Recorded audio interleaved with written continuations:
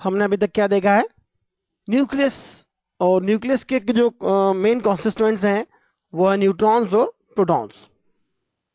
तो इसी तरह से हम डिफाइन कर चुके हैं पहले एटॉमिक मास नंबर ए और Z, that is atomic number. Z is simply number of protons, while atomic mass number is sum of number of neutrons plus number of protons. तो इसी के बेसिस पर हम आइसोटोप्स के लिए देखते हैं। आइसोटोप्स क्या होते हैं? जिनके लिए Z सेम हो। Z is same. अगर Z सेम है इसका मतलब एटॉमिक नंबर सेम है, नंबर ऑफ प्रोटॉन सेम है। और यहां पर A डिफरेंट है।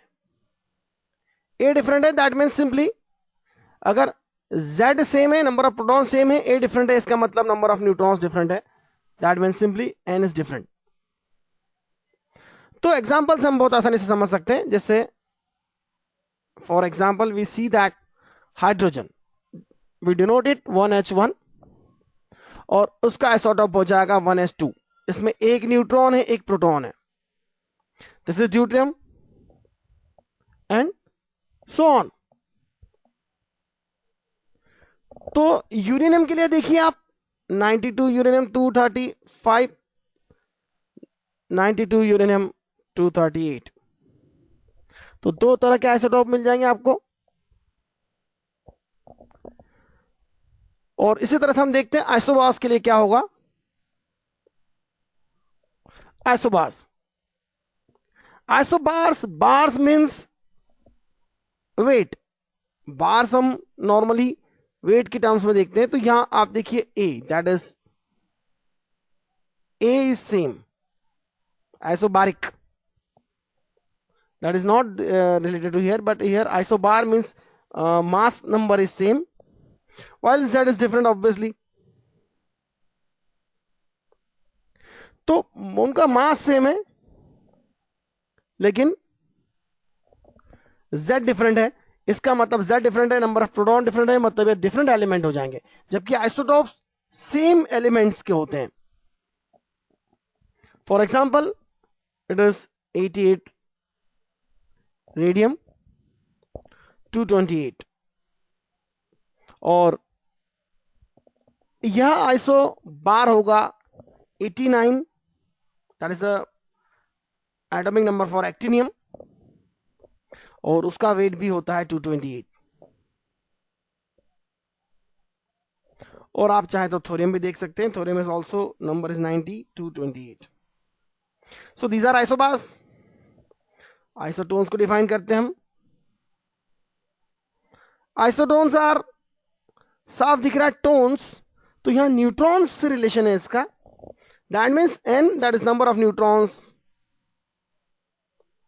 सेम होगा दो एलिमेंट के लिए, दो न्यूक्लियस के लिए इनफैक्ट। और Z डिफरेंट है।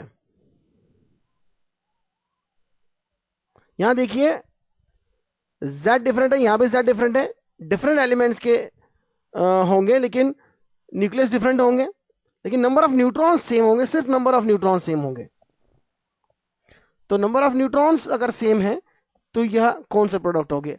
आप देख सकते हैं argon, argon is 18, argon 39।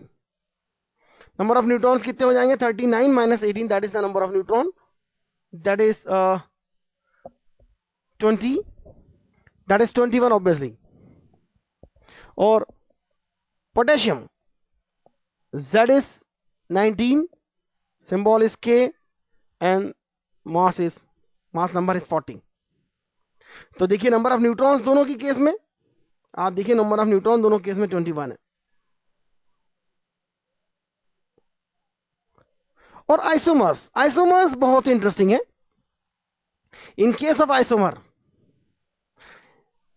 A is same, Z is same, then obviously N is same।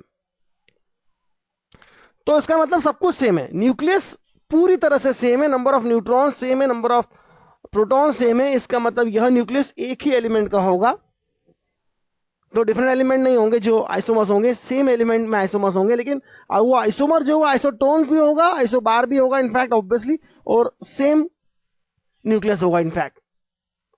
तो आइसोमर्स क्यों कहलाते हैं, दो न्यूक्लियस आइसोमर्स क्यों होते हैं, इसे समझते हैं हम। दो न्यूक्लियस आइसोमर क्यों होते हैं, हमने इतनी डीप में स्टडी नहीं करी है और साइंस में भी यहां तक नहीं पहुंचा है कि उसे एक्सप्लेन कर सके, लेकिन दो न्यूक्लियस सेम एलिमेंट के न्यूक्लियस होते हैं, नंबर ऑफ न्यूट्रॉन है, नंबर ऑफ प्रोटॉन है, दोनों सेम होंगे, लेकिन न्यूक्लियस के अंदर न्यूट्रॉन और प्रोटॉन के जो अरेंजमेंट होता है, जैसे कि हम 1s2 2s2 देखते हैं इलेक्ट्रॉन्स के लिए आउटर शेल्स में, तो न्यूक्लियस में भी इस तरह का अरेंजमेंट होता है जिसे हम आज तक एक्सप्लेन नहीं कर पाए फुली, मैजिक नंबर से कुछ एक्सटेंट तक एक्सप्लेन कर सकते हैं। और यह जो न्यूक्लियर मैग्नेटिक रेजोनेंस स्टडी होती है, न्यूक्लियर मैग्नेटिक रेजोनेंस जिसे NMRI कहा जाता है, और मेडिकल में भी यूज होता है, MRI आपने सुना होगा, उसी तरह से NMRI होता है, न्यूक्लियर मैग्नेटिक रेजोनेंस इमेजिंग। तो न्यूक्लियर मैग्नेटिक रेजोनेंस जो होता है, इनकी एनर्जी लेवल, जो मैग्नेटिक एनर्जी होता है, मैग्नेटिक फील्ड के अंदर आपने देखा होगा डायपोल्स की एनर्जी होती है, डिफरेंट एनर्जीज होती है, डिफरेंट डायपोल मूवमेंट है, तो उसी तरह इनकी डायपोल मूवमेंट्स अलग अलग होती है, मैग्नेटिक डायपोल मूवमेंट अलग होती है और न्यूक्लियर मैग्नेटिक रेजोनेंस अलग अलग होता है, लेकिन number of proton number of neutron same होता है।